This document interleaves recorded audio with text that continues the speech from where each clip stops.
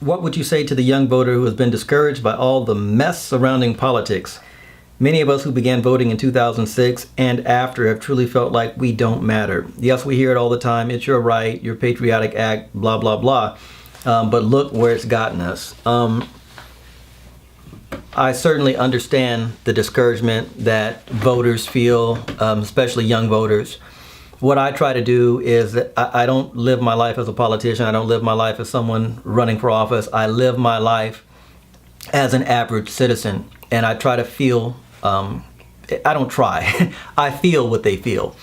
And I understand what they understand. I'm raising 2 kids in Compton, so I have to deal with the schools. I live in Compton. I drive the streets every day, so I have to deal with the streets. I have to deal with the businesses. I have to deal with everything here. And so I'm not different and I'm not special. The one thing I think I'd like most people to remember, the rapper Lupe Fiasco, he said it like this. He says, voting only works on the level at which you're trying to effectuate change.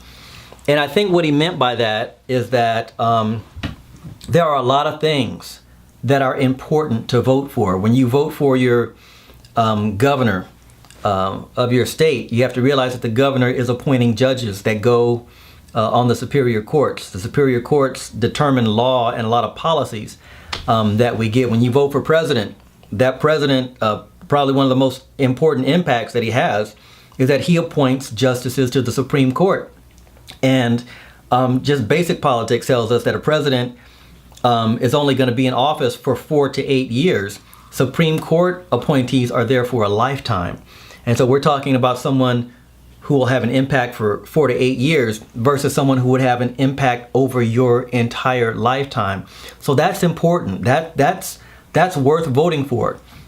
But then what I want young people and other people to know is that there are some things and some ways that you can affect change that don't have anything to do with voting. You know, you can come up with a project, for your local park. You can come up with a project for your local youth, and you don't have to put that on a ballot. You can just pitch in and get the work done. Now, if you're elected councilman, mayor, or whoever wants to help you, that's fine. But there are certain things that don't have to go to a vote. There are certain things that so there are ways to affect the system and to be involved in the system and to be involved in positive change that don't have anything to do with voting. And most people, they don't tell you that. They say, vote for me and I'll do this for you. I would challenge you and any young person, find out and figure out what you want to do. And then figure out all of the ways that you can do it without having to go through the system, without having to ask anybody, but just present the final copy and say, this is what we're going to do. You're the citizen. You have the power. Don't depend on these elected people to do anything. Get it done.